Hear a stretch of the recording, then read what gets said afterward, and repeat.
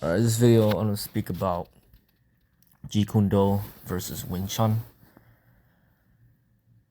And it's basically a video to promote both arts, actually, because this is a time and place where we need to do that, especially when we're up against something like the MMA and that big machine, that money-making machine, the combat sport machine that's being pushed out there in this current time and culture.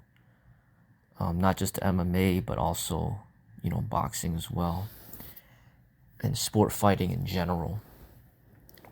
Basically, these arts, these traditions are slowly dying unless we put effort to keep them alive. So you're talking about 2023 right now, almost turning 2024. Jeet Kune Do, Bruce Lee passed away, over 50 years ago. And if we don't keep that energy alive, then it's going to be forgotten. And then we're going to be left with no traditions, no arts, and it's just going to be all sport. So during Bruce Lee's time, I know he spoke against the Wing Chun and its limitations. And what he said is true. There are limitations in the Wing Chun, but his expression was the solution to those limitations, and he expressed his art. At first he called it Junfan Kung Fu, which is Bruce Lee's Kung Fu, and then later on he came up with the label Dao Jeet Kune Do to represent his method, his ways, his philosophy. But essentially his method, his philosophy, his ways, the Dao Jeet Kune Do is an evolution of the Wing Chun. And really the Wing Chun was a modification of the Shaolin Kung Fu. If you do your research, you'll find out that it was a female nun that created the Wing Chun, which was a simplified version of the Shaolin techniques. So the Shaolin is essentially like the foundation of Kung Fu, and essentially like the foundation of all martial arts. The karate, the original meaning is essentially, it meant the Chinese fist. And then they changed the meaning to like empty hand later on, but it's essentially the Chinese fist was where it first started. It had the Japanese watching the Chinese doing, martial art techniques, and then it inspired for them to create the karate. So essentially, the Shaolin is what started it all. So you got the Shaolin, which is like a lot more comprehensive, and then this simplification was the Wing Chun. And then here Bruce Lee comes in, and the Wing Chun just wasn't adequate enough for him and what he was capable of doing and expressing. Because he was so much more evolved. I mean, you're talking about an art that was created by a woman. And here you have this strong, athletic man who wanted to make this Wing Chun art even better, and that's essentially what he did. And because it is so evolved with so many different techniques and ways, including weapons as well, and a high level of athleticism, very few people that are living or have ever lived will be able to express the martial arts to the high level of which Bruce Lee was able to express it. So the Jeet Kune Do it's an art that's not for the masses, because the masses cannot reach that high level of expression the way Bruce was able to. So Wing Chun is more of an art that's better suited for the masses. It's something that's easier to learn, that it's good for women, it's good for men, it's good for children, it's good for young people, it's good for old people, it's good for people that are not that athletic, it's good for people that are athletic. It's just something that's easier to learn and gain proficiency in. And because it's easier to learn, easier to gain proficiency in, and more people could get involved, there's a stronger following for the art of Wing Chun than there is for the art of Jeet Kune Do. The Jeet Kune Do is for a very limited amount of people in this population.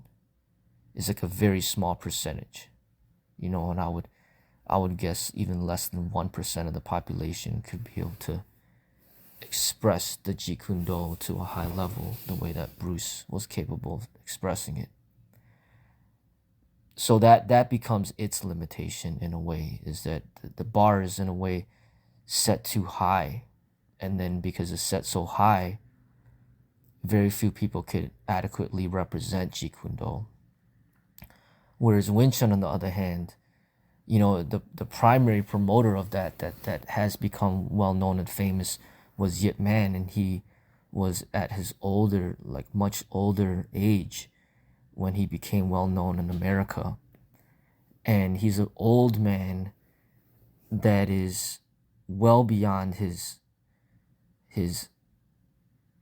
athletic age, but yet has such high respect within the Wing Chun community, and eventually within the community as a whole, or the world as a whole.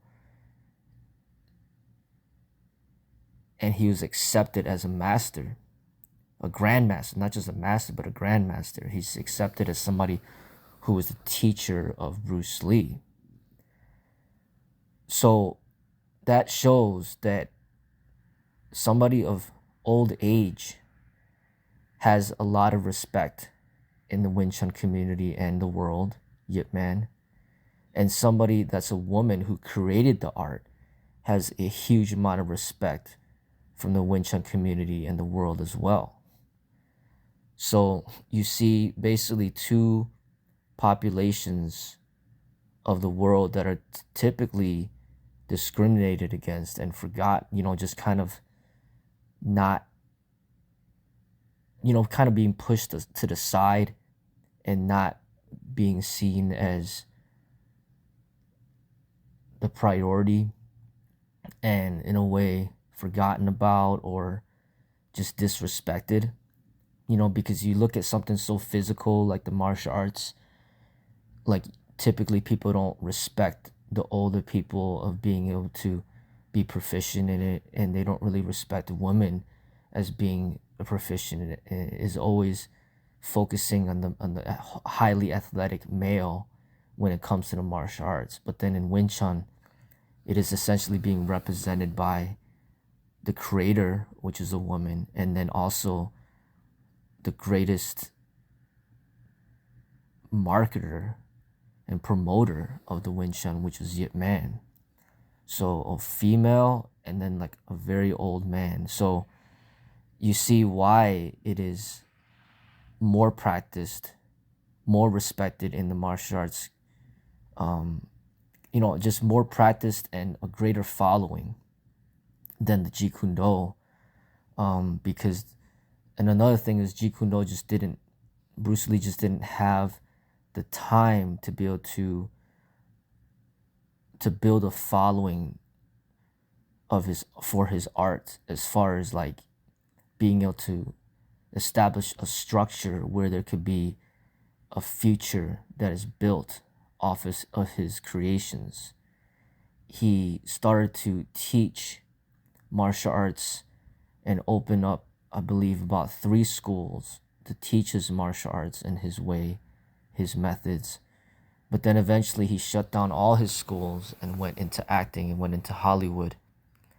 And I believe he did so because he just saw that there wasn't enough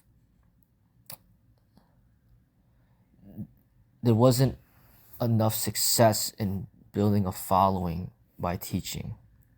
He found greater success in building a following by acting and being an entertainer. So what he created is not easy to teach. So he decided to express his art to the masses rather than teach his art to the masses. And by that way, he was able to bring respect and recognition towards the Chinese martial arts as a whole, and then more specifically, the art of Wing Chun, of which he started off in. And then he was able to bring recognition and respect to Yip Man from America. So he worked really hard to bring that respect and recognition to the Chinese martial arts. So really, this is not a video to really say that one is better than the other, but to see and express how they both complement each other. It's like promoting Wing Chun, you're promoting Jeet Kune Do. If you promote Jeet Kune Do, you're promoting Wing Chun. If you're promoting Wing Chun and you're promoting Jeet Kune Do, then you're promoting the Chinese martial arts. You're promoting Shaolin Kung Fu and Tai Chi and every other Chinese martial arts that's been in creation. So really, it's just working together to promote the martial arts and this culture and these philosophies, this Eastern philosophy, against the machine of combat sport and MMA and boxing and all those things that are used for entertainment. It's like there needs to be a following of people, of real martial artists who truly appreciate these traditions and these arts, and who put energy to preserve these arts in order to balance out all the energy and all the money and all the attention that is focused on these combat sports and these fighting leagues that are overtaking the entire world with attention and the money. The promotion of arts such as Jeet Kune Do and Wing Chun, it is necessary for all practitioners from these arts to come together and to support each other, so then they could balance out the energies of all the attention and all the money that is being directed towards these combat sports. So rather than Jeet Kune Do people that love Jeet Kune Do speak badly about people that practice Wing Chun, that is not going to help either art.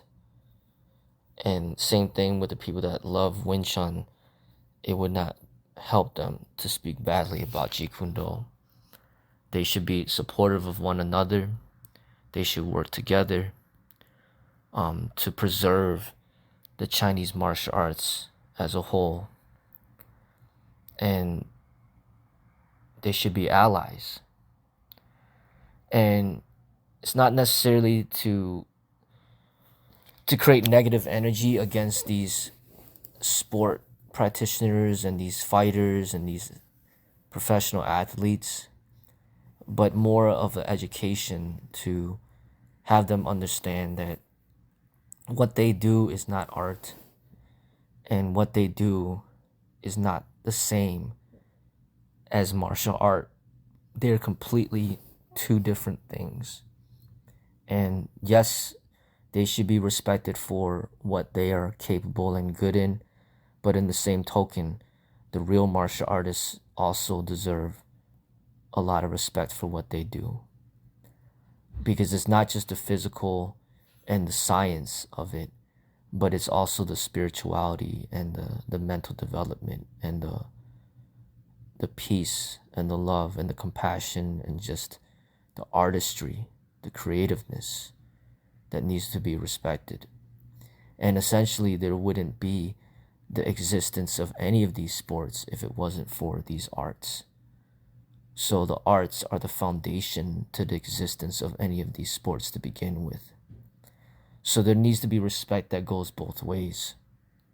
And there needs to be more people that represent the arts and to promote the arts that are masters at what they do, and that do put in an immense amount of time and dedication into their practice. Even more time and dedication than these sport fighters, not less. So a sport fighter might put in a lot of time and then they retire when they can't fight anymore. But these real martial artists need to put in that same amount of time, but yet they never retire. And they train and they represent until death. So then through time, through the accumulation of years, they obtain to mastery that is beyond what any practitioner sport could ever represent. Because for the fighter, for the athlete, there's a short shelf life. They cannot be able to sustain that type of training for their entire life. And they're doing it for egoistic purposes. They're doing it for fame. They're doing it for money. They're doing it for attention. They're doing it based on ego and pride. Whereas for the real martial artist, they do it because their heart is drawn to that. They have true passion. They're not doing it because of the money or the fame. They're doing it because that's just who they are. It is their way of life. It's a different type of motivation. So for all the people that represent these real arts, such as the Jeet Kune Do, such as the Wing Chun, such as the real Kung Fu, these individuals are representing a different way than what you see in sport. So it is essential that the artists, the true artists, support each other, work together, promote each other, because of so much money and attention is fixated on these sports. In order for the true arts to remain alive and to survive and to thrive, they need to stick together to represent, to offset all the attention being brought to these sports.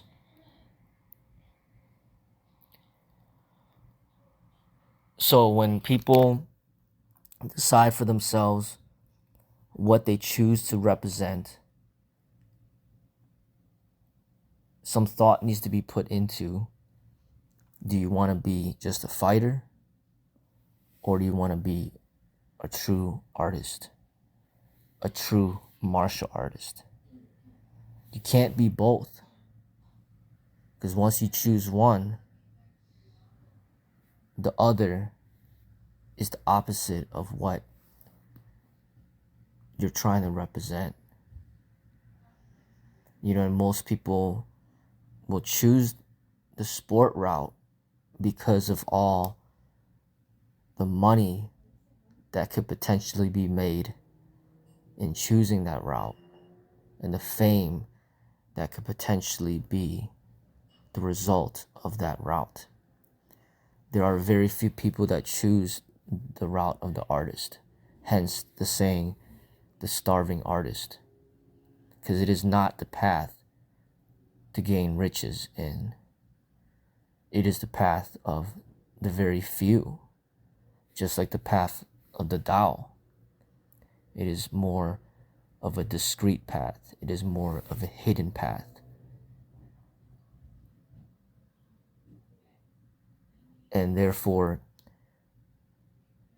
the support of the people on that path is even more important, because there's not a lot of people on that path to begin with.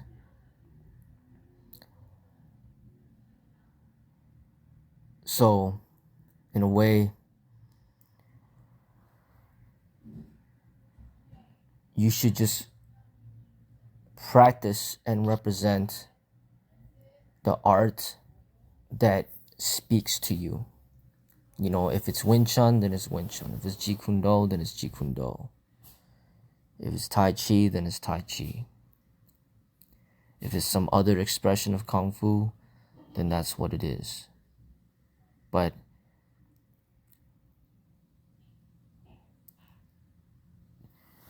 remember, it's an art of creativity. It's an art of joy. It's an art of peace. It's an art of health. Don't bring the ego and the competitiveness into the art, because that corrupts the art. Just like if somebody's into tennis and that's their thing, then hey, that's what they like. And then somebody else is into volleyball, somebody else is into bowling, somebody else is into billiards, somebody else is into basketball. Like, they're into these different sports. And it's not in anybody's place to say one is better than the other. They're just different sports. So when it comes to these different martial arts, appreciate the differences for what they are, and find the art that really speaks to you the most, and get involved in that art and represent that art proudly, to put your work, your effort into preserving the arts. Because without your effort, without your work, these martial arts will eventually pass away and disappear. It takes effort to keep the spark alive, to keep the energy going. Because once again, we are being dominated by these sports in our everyday lives. They're pushing all this competition and all these sports all over us, because that's where the money's at. And they're trying to just bury all the arts and just eliminate them. It's like these corporations like Walmart and Target and Amazon just crushing all these small businesses until they just don't exist anymore.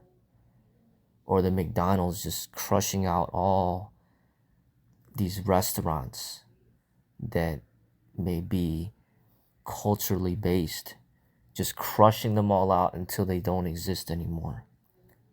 No more Chinese restaurants, no more Japanese restaurants, no more Thai restaurants, no more Filipino restaurants, no more Vietnamese restaurants. It's just all gone, just McDonald's, and that's it.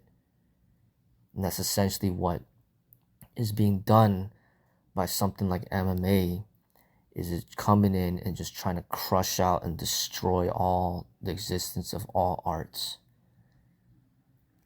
Because for them, for the corporations, for the MMA, it's all about making money profiting off of violence. They don't profit from peace. You know, the more that people get shot and killed, the more that people spend money on bullets, the more people that spend money on guns, the more that these injured people go to the hospital, the more money that's being made from the doctors, the ambulance, from the makers of these guns, from the makers of these bullets. They make money from all that. But if there's peace and nobody's hurting each other, there's no money in it for them. So with martial art, when there's meditation and spirituality and promotion of health and wellness and peace, there's not that much money involved in these arts. So that's why they're being crushed out by these huge corporations that are just promoting violence and aggression and competition. It is a very Western thing. But the counter to that is the Eastern ways. But even the Western is having such an influence over the Eastern that they're trying to take these teachings to the East and turn the East to the West. So then there's no longer any counter to the energy. It's just the whole world is dominated by this Western outlook, from this Western approach, from this Western energy. But it takes the real artists, the real philosophers, the real meditators to be able to keep these Eastern teachings alive and to spread these teachings in order to counter that energy that is being overtaken, that is overtaking this world right now. So the Jeet Kune Do, the Wing Chun, the real Kung Fu, the real martial arts are all methods of trying to keep this Eastern teaching alive, to balance out this dominance of the Western teachings and ways. So it is essential that the people that are involved in this work of preserving these Eastern teachings, it is of high importance that they do not fight amongst each other, but they actually support each other, help each other, encourage each other, in which to come together and build, so then they can work hard towards continually putting the work to balance out the two energies of East and West, of yin and yang.